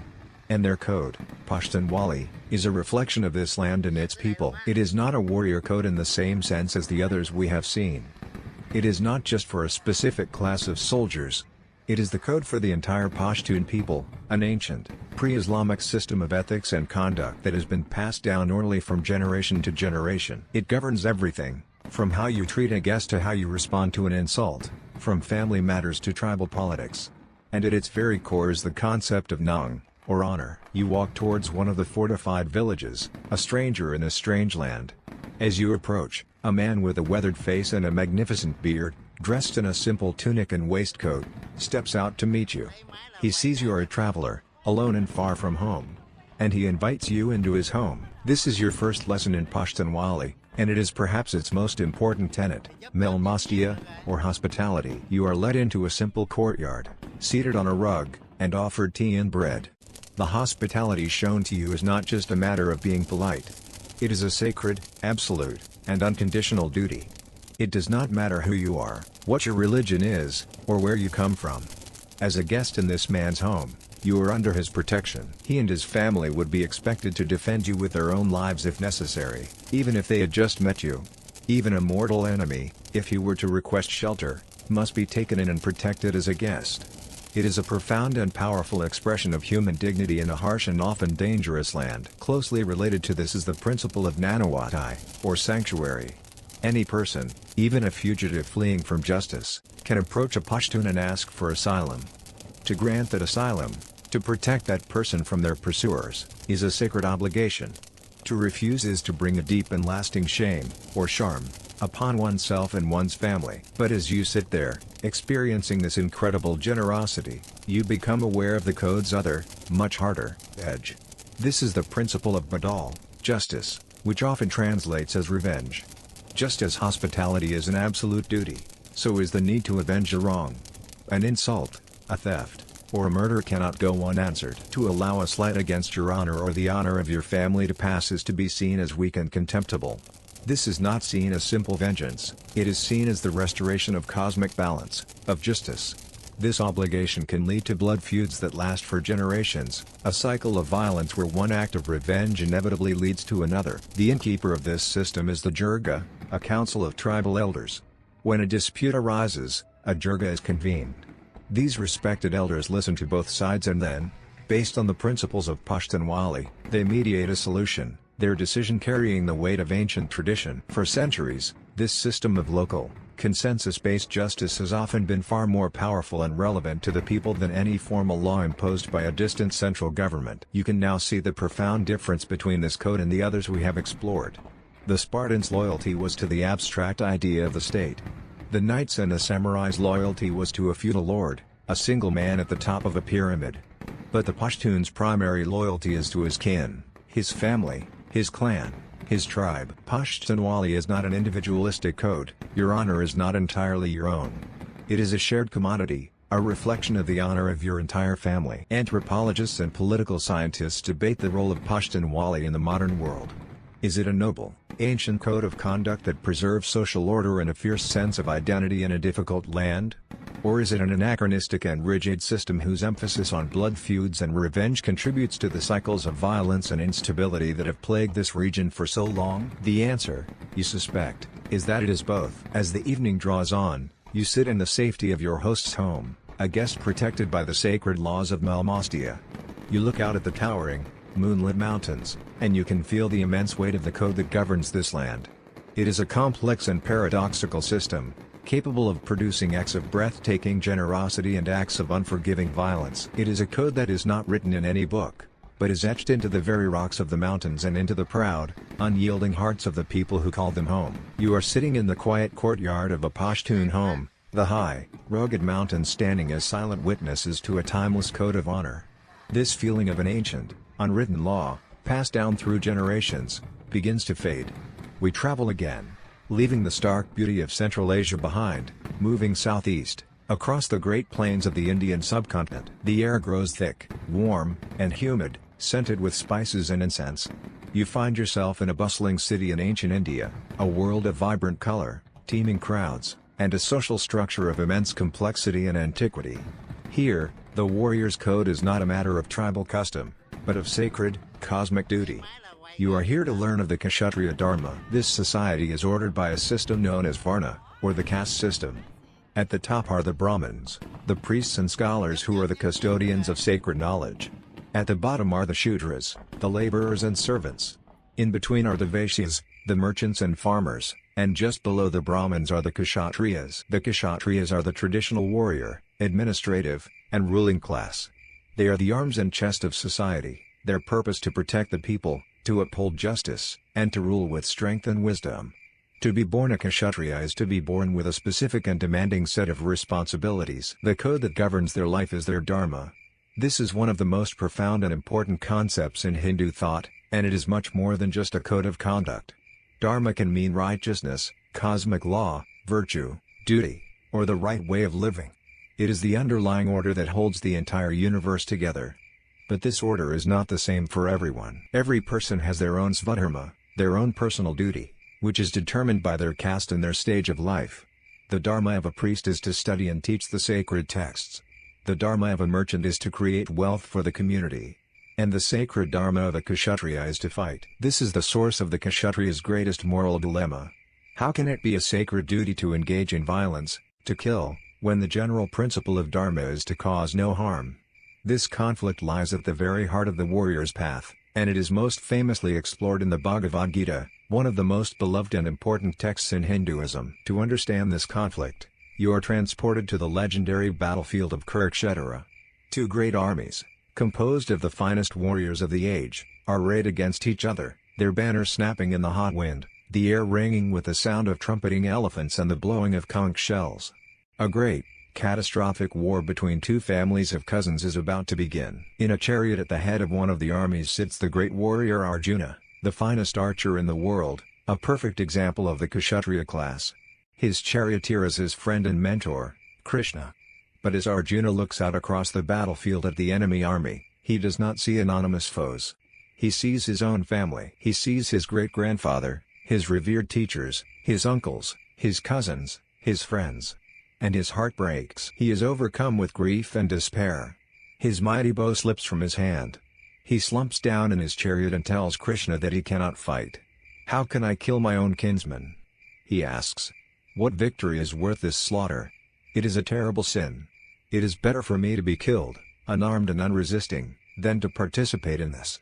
Arjuna is having a complete moral and nervous breakdown. The duty of his warrior caste has come into direct, violent conflict with his love for his family and his basic human desire not to kill. It is at this moment that Krishna reveals his true, divine form. He is an incarnation of the great god Vishnu, the preserver of the universe. And the rest of the Bhagavad Gita consists of Krishna's divine counsel to the despairing warrior. Krishna explains that Arjuna's personal feelings of grief and attachment, while understandable, are an illusion. He must look beyond them to his sacred duty, his dharma. As a Kshatriya, his purpose on this earth is to fight in a righteous war to restore order and justice. To abandon his duty now, To walk away from the battle because of his personal feelings would be the greater sin. It would be an act of cowardice that would bring him dishonor, and it would lead to the victory of chaos and injustice, disrupting the dharma of the entire world. Krishna teaches Arjuna the path of karma yoga, the path of selfless action. He must fight, he must fulfill his duty, but he must do so without any attachment to the fruits of his actions. He should not be motivated by a desire for victory, or glory, or wealth. He should not be deterred by the fear of death or the sorrow of killing. He must simply act because it is his duty to act, offering up his actions to God, and remaining internally detached from the outcome. Philosophers have debated the message of the Gita for centuries. Is it a justification for violence and a rigid adherence to one's caste duty?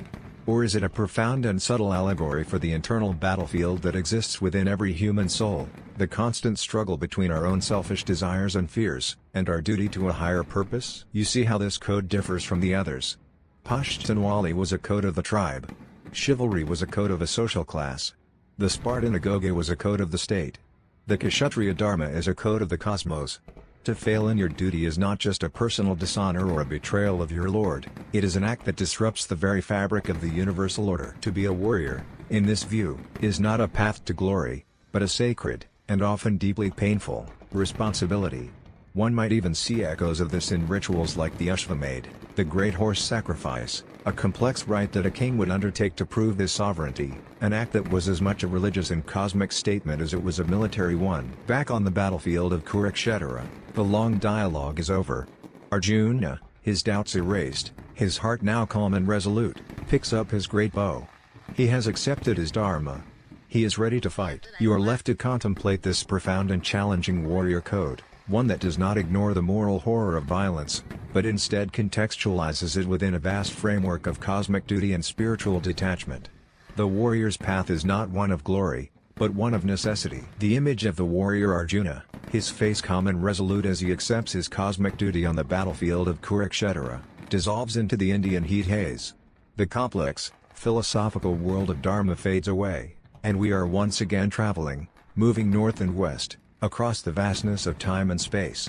The hot, humid air grows cold, sharp, and salty. The scent of spice and incense is replaced by the smell of pine, brine, and wet wool.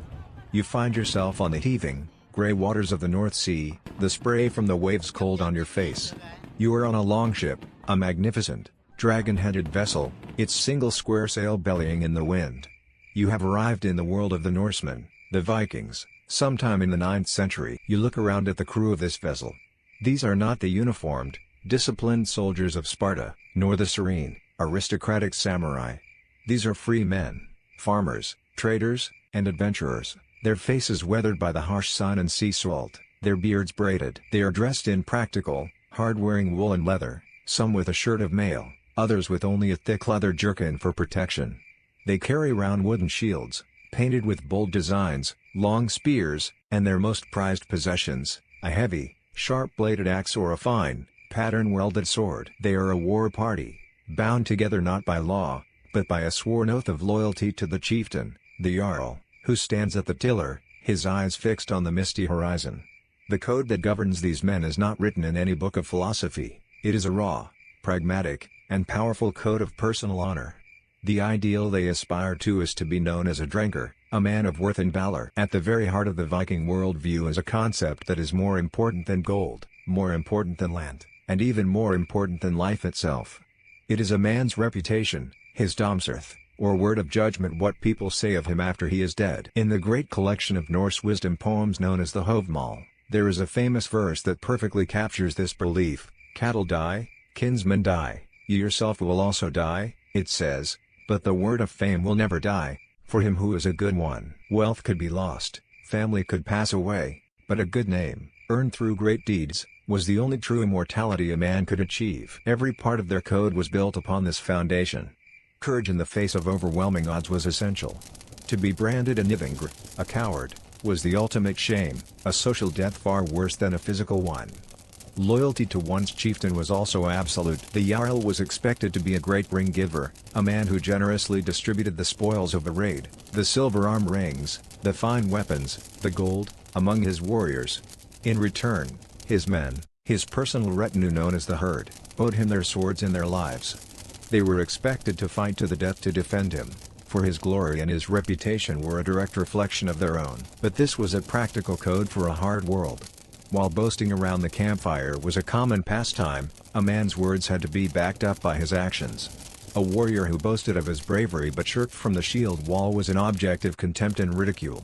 Your worth was not what you said it was what your peers, the other free men on this bench, said it was. This obsession with reputation shaped their entire view of life and death. The ideal death was not a peaceful one in old age, surrounded by family. The ideal death was a glorious one, in the heat of battle. This was the only sure way to reach the warrior's paradise, Valhalla.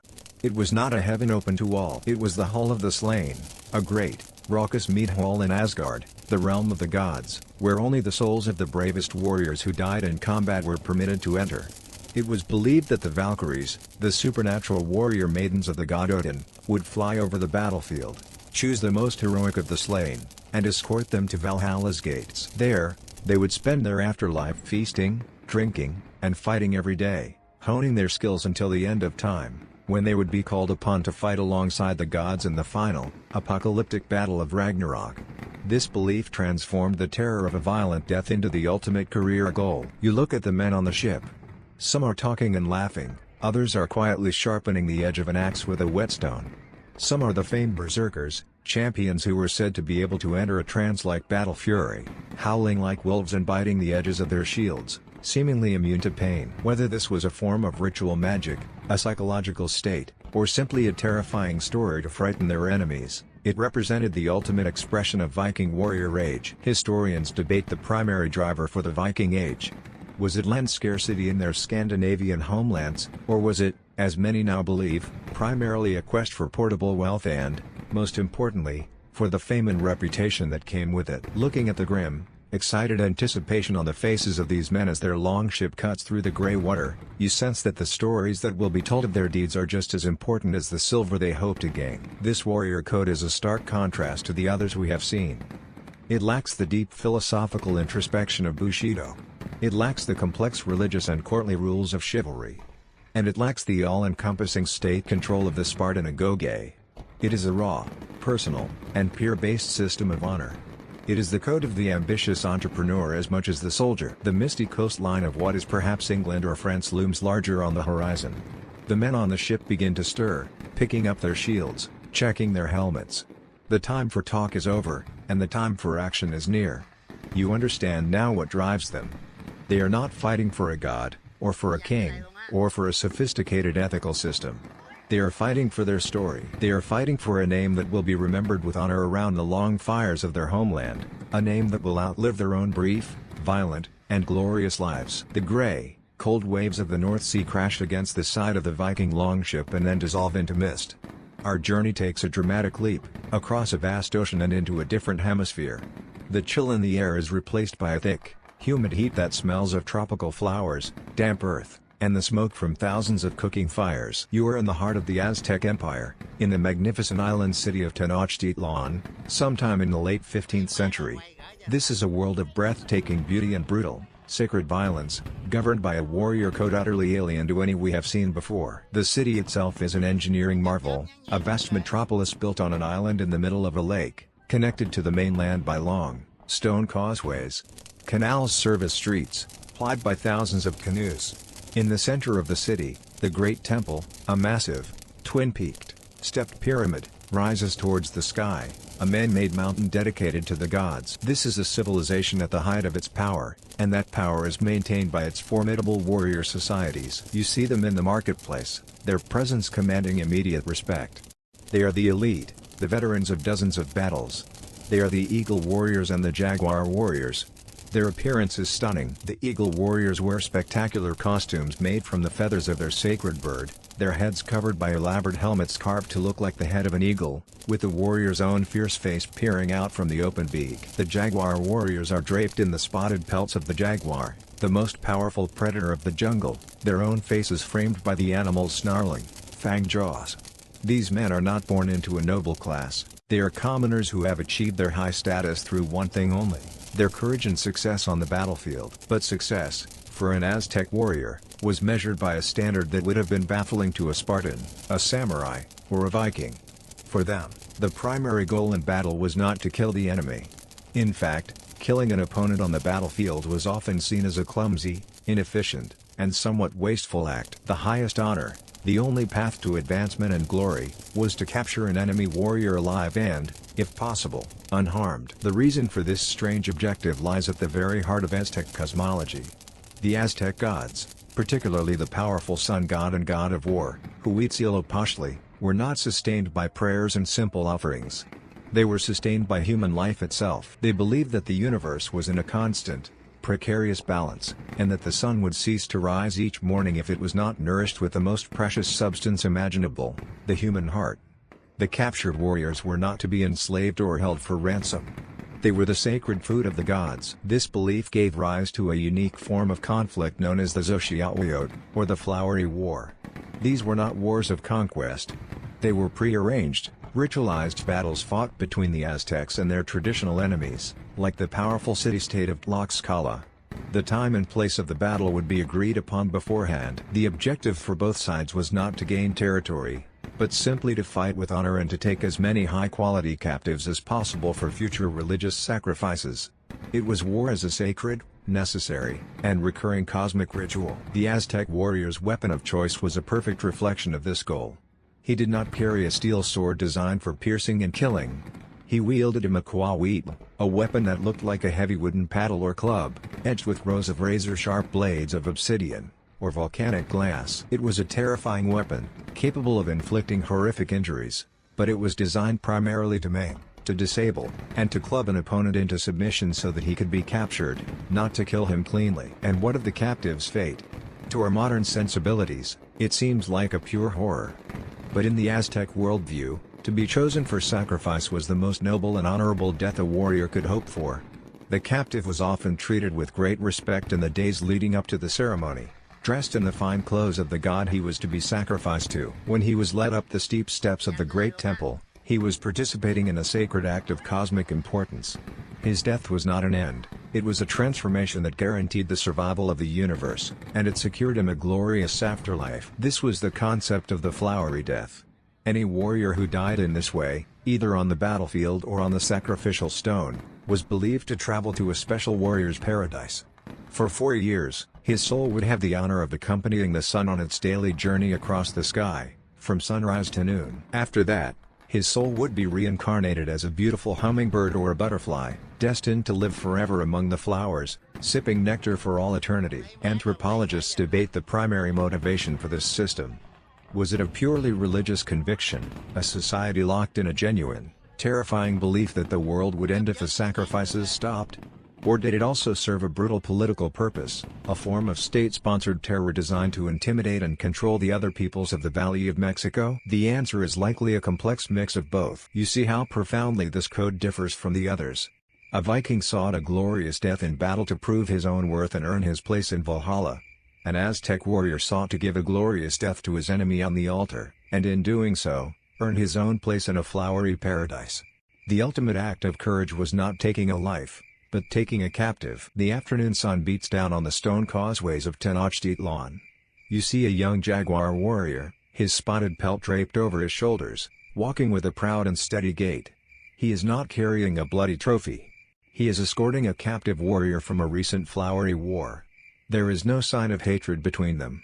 There is a strange, shared understanding. Both men are fulfilling their sacred duty, their dharma, playing their designated part in the great, violent, and beautiful drama that keeps their world turning. The great stone pyramids of Tenochtitlan, with their dark and bloody rituals, dissolve into the humid air. Our journey takes us north, leaving the dense, complex world of the Aztec Empire behind. We travel across the continent and forward in time, into the 18th century. The sky opens up, becoming a vast, endless dome of blue. The landscape transforms into a sea of grass that stretches to every horizon, a rolling ocean of green and gold, broken only by the distant, shadowy herds of grazing bison. You have arrived on the Great Plains of North America, the home of the nomadic horse tribes of the Lakota, the Cheyenne, and the Crow. Here, you will discover a warrior code where honor is measured not in kills, but in an act of supreme and audacious bravery. You see a group of warriors on horseback, their skill in the saddle so complete that man and animal seem to be a single being. This culture has been revolutionized by the arrival of the horse, which transformed these peoples into the finest light cavalry in the world. The warriors are decorated for battle. Their faces are painted with symbolic designs. Eagle feathers, each one representing a specific, recognized deed of honor, are tied into their long hair. They carry a round shield made of tough, shrunken buffalo hide, painted with sacred symbols that have come to them in a vision, offering spiritual protection. Their weapons are a bow, a quiver of arrows, and a long, stone-tipped lance. They are hunters, providers, and the protectors of their people, and their entire lives are governed by a complex and beautiful system of honor. Warfare between the Plains tribes was a constant feature of their lives. It was a cycle of raids and counter-raids, usually for horses, territory, or revenge. But for the Plains warrior, the goal of combat was often very different from that of the other warriors we have met. The highest honor, the most prestigious and celebrated act a warrior could perform, was not to kill his enemy. It was to count coup. The word coup comes from the French word for a strike or a blow. And that is precisely what it was. To count coup is to get so close to a living, armed enemy that you could touch him with your hand, with your bow, or with a special, purpose-built coup stick, and then ride away unharmed. It was an act of almost unbelievable bravery, skill, and contemptuous daring. To charge a man who is actively trying to kill you, to get within arm's reach, to simply touch him and turn away, was considered the ultimate demonstration of a warrior's power and fearlessness. This act was the pinnacle of a complex, unwritten hierarchy of honors. Touching a living enemy was the greatest coup. The second greatest might be to touch him at the very moment he was killed by another warrior. Stealing a prize horse from the middle of an enemy's camp was another deed of immense prestige.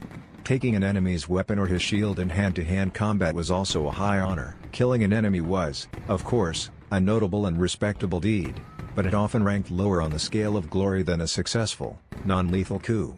Why would a warrior society prize an act of touching over an act of killing? One reason was practical. In these relatively small, nomadic societies, every warrior was a valuable hunter and provider.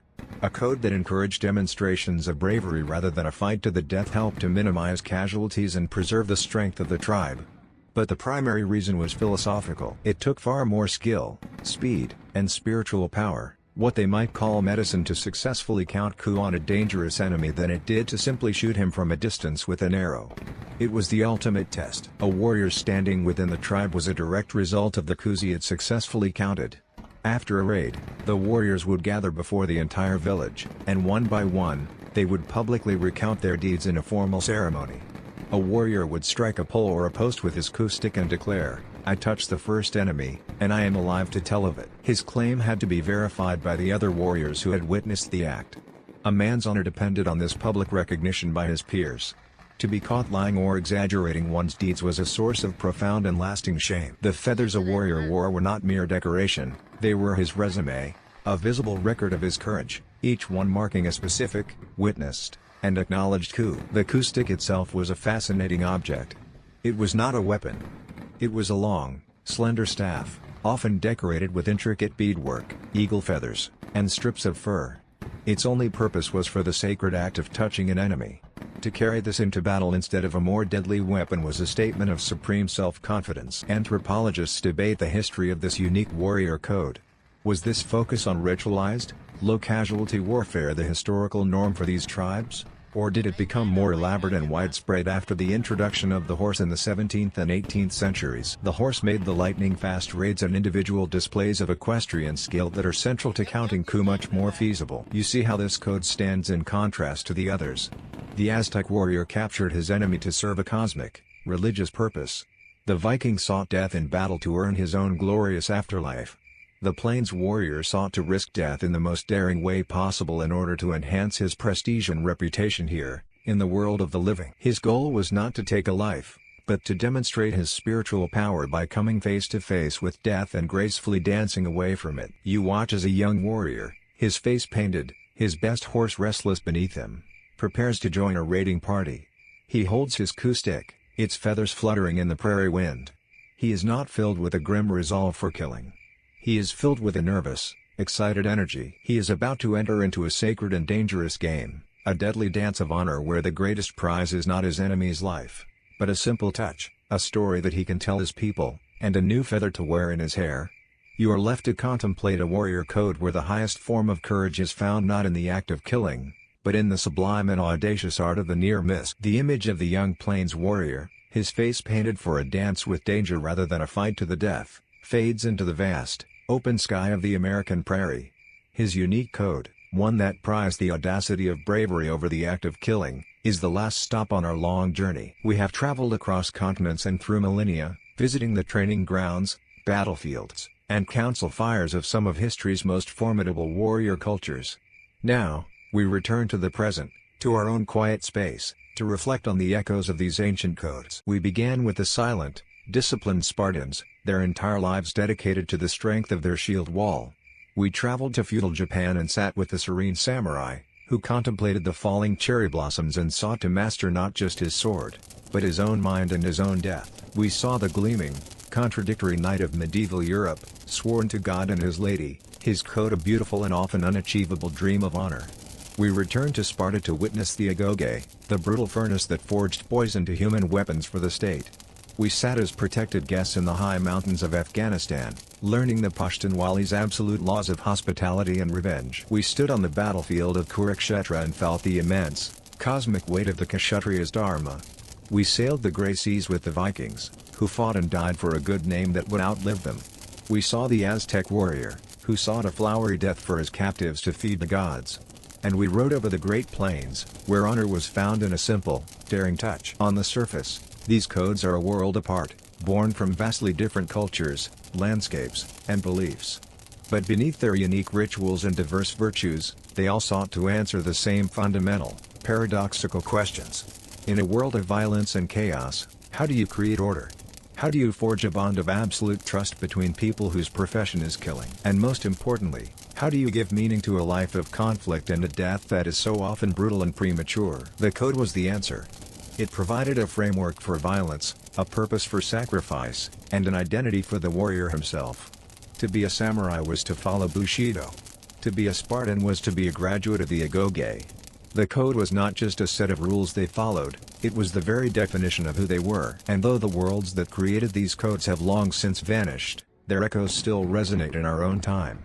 The formal codes of conduct that govern modern militaries, like the Geneva Conventions or the Uniform Code of Military Justice, are the direct, legalistic descendants of this ancient impulse to regulate warfare, to define who can be targeted, and to hold warriors to a higher standard of behavior. The modern military concept of esprit de corps, the unbreakable bond between soldiers and a unit, is the same force that held the Spartan phalanx together and motivated a Viking's loyalty to his jarl. The creed of no man left behind is a modern expression of that ancient, sacred trust. We even see faint ghosts of these codes in the world of sports. The ideal of sportsmanship, of respecting your opponent, of playing the game with honor, and of winning or losing with grace, is a sanitized echo of the knightly tournament, a place where one's conduct was as important as one's victory. The modern fascination with historical martial arts, or the way business executives read books on Bushido for management strategies, shows how deeply these systems of honor continue to appeal to us. Of course, the world has changed. The warrior's role is different now. Sociologists and philosophers debate whether a truly personal, ethical code can even exist in an age of long-distance, impersonal warfare. Can the idea of chivalry have any meaning when the enemy is a blip on a radar screen and the decision to strike is made thousands of miles away? Perhaps not in the same way. And yet, the fundamental human needs that gave rise to these codes persist. The need to belong to a brotherhood. The need to believe you are fighting for a just cause. The need to find honor and purpose in the face of danger and death. These are timeless. The ancient codes we have explored are more than just historical curiosities. They are a vast and varied testament to humanity's long, noble, and often tragic struggle to find a moral path through the most immoral of circumstances, to find a measure of grace in a violent world. The long journey is over now, and the ghosts of these ancient warriors can finally be laid to rest. The image of the samurai, the knight, and the Spartan can dissolve, their armor and their weapons fading into the quiet stillness of your mind. The sounds of battle, the clash of steel, the shouts of victory and despair, all recede into a deep and profound silence. The immense pressure of their codes, the weight of their honor and their duty, can be lifted from your shoulders. Your own battles for the day are done. You have earned your rest. There are no more vows to keep, no more enemies to face. There is only the gentle comfort of your bed, the soft weight of your blanket, and the effortless peace of your own slow, steady breathing. You can let go of the stories, and allow yourself to drift into the deep, honorable, and well-deserved peace of a dreamless sleep.